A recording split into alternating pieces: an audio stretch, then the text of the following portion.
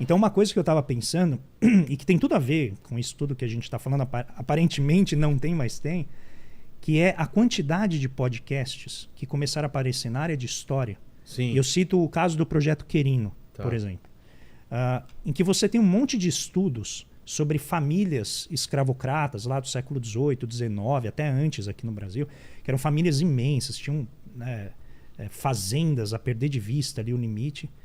E aí eu fiquei pensando, por que esses projetos apareceram só agora? E aí a minha hipótese, então eu coloco aqui como hipótese, é que isso aconteceu porque de repente você começou a colocar pessoas pretas na universidade. E por que apareceria então? Porque ela começa a fazer essas perguntas. Então ela chega pro professor... Porque até então ninguém... ela chega pro professor e fala assim, eu quero estudar como que se deu a escravidão ali num pedaço de Minas Gerais. E ninguém... Aí vão buscar livros, vão buscar registros. Registro, arquivo... Nunca se teve um interesse. A pergunta... A pergunta de uma pessoa branca que nasceu em classe média, com pais intelectuais e foi para a universidade virar pesquisador, talvez não tenha tido a problematização, o interesse. E de repente chega uma pessoa que vem, né, de uma minoria em termos de poder, chega ali e fala assim, eu quero estudar a minha origem, eu quero estudar o movimento negro no Brasil, e começa a fazer perguntas que ninguém fazia. E aí você começa a descobrir para mulher, LGBTQIA+, para todos os recortes, né, que a gente chama de identidade, começa a ter. Agora, novamente, isso é uma hipótese, eu não quero aqui cravar, não sou historiador. Sim, mas faz sentido. Né? Mas eu acho que tem algo na transformação social acontecendo alguma coisa que vai fazendo com que a própria ciência social vá mudando. Agora o ator lá, um ator inglês agora, estão falando dele pagar a indenização porque a família dele era da... Dá uma olhada, é o...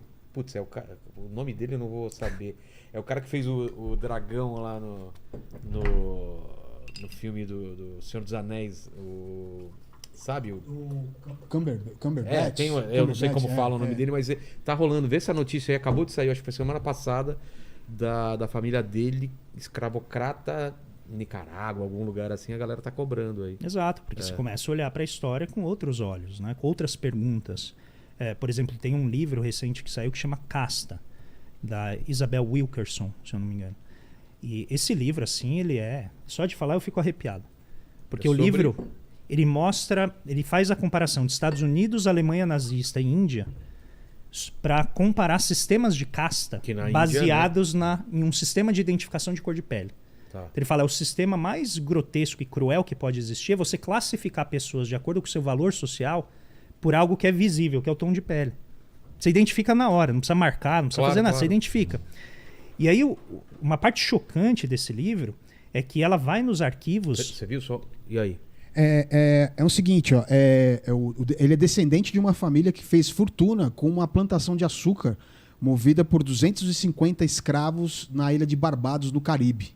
É a família do Nicarágua, nada a ver. Do Benedict Cumberbatch. Do Cumberbatch. Tava rolando isso ano passado. Que mais Sherlock Holmes. Sherlock Holmes, verdade.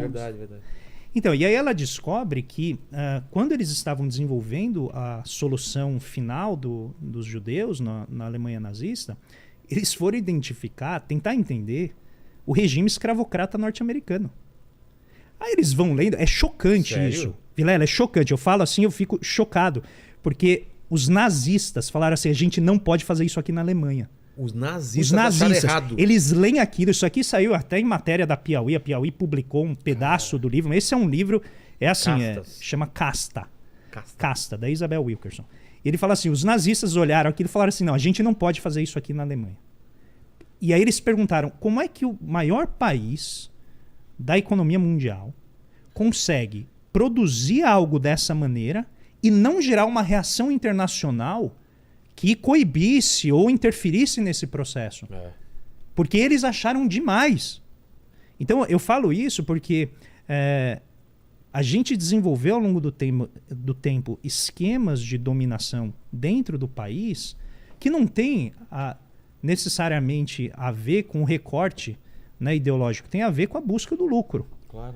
E aí, como a gente está falando da máquina, que ela não tem ética e ela reproduz os padrões sociais, a busca do lucro também reproduz os padrões sociais. E acaba levando a essas situações que muitas vezes são muito ruins, que é o caso que ela vai demonstrar do arranjo escravocrata no sul dos Estados Unidos.